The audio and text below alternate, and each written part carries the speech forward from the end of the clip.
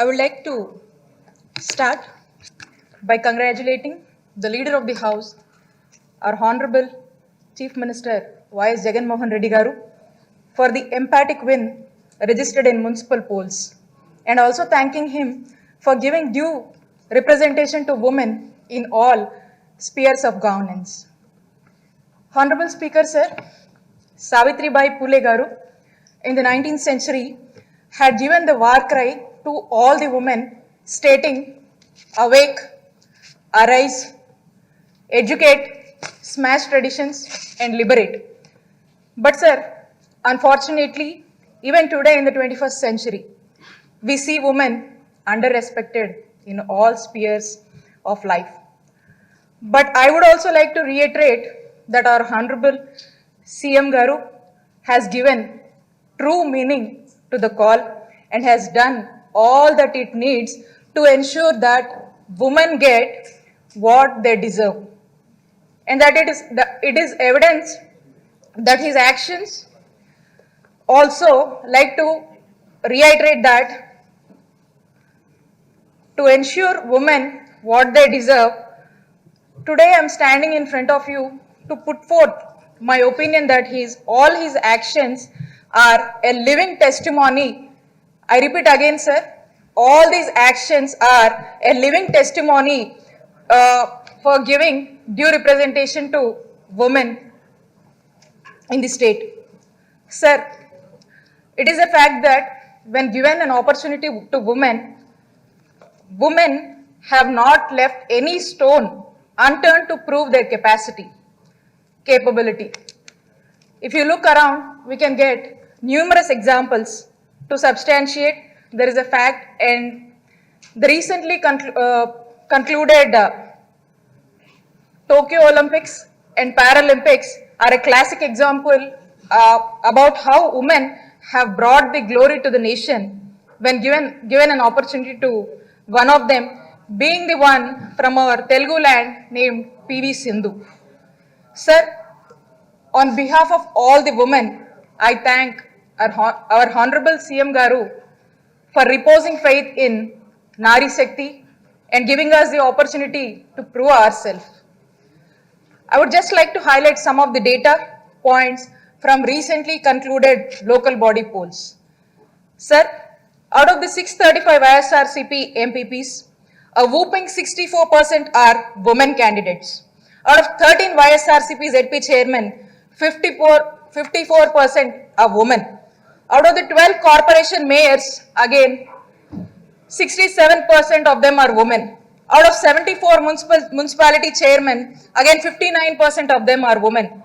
Out of 135 nominated corporation chairmen, around 50% of them are women.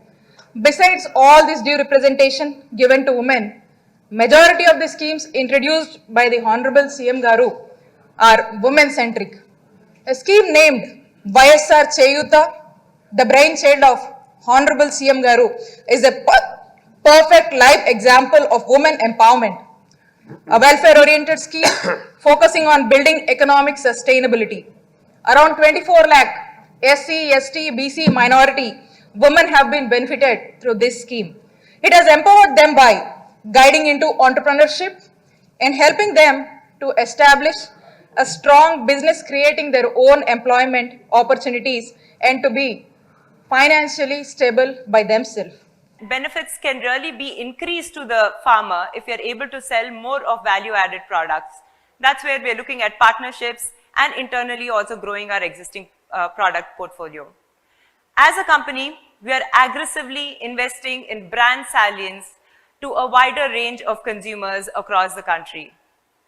In order to be able to achieve our vision, Mission 2022, we are also investing heavily in state-of-the-art facilities.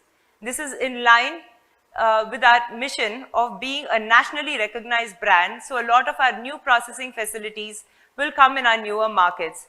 It's also in line with a clear strategy of procuring and processing milk as close as possible to our markets.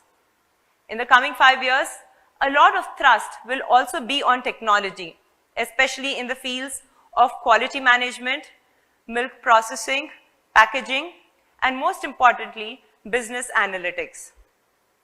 We will also continue to increase the value that we provide to the farmer. In this direction, we recently invested into our first cattle feed plant for high quality feed that we are able to supply to heritage farmers and also in the general trade.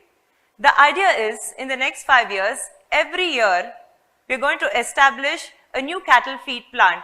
So the benefit of high quality and the cost advantage can be transferred to the farmers. These are very important for us, and while achieving these goals, the $1 billion dream for Heritage Foods, we assure to be aware of social, economic and environmental aspects. I'm really proud to say that Heritage Foods is the first dairy company in the country to go the renewable energy way. Today, about 55% of our processing plants' energy requirements come from renewable energy sources such as wind, solar. The idea is, in the current financial year, FY18, the contribution of renewable sources of energy to our plants should increase to 80%. So we're really focused on sustainability as a core value for ourselves. Let me now play a film to actually explain our $1 billion dream.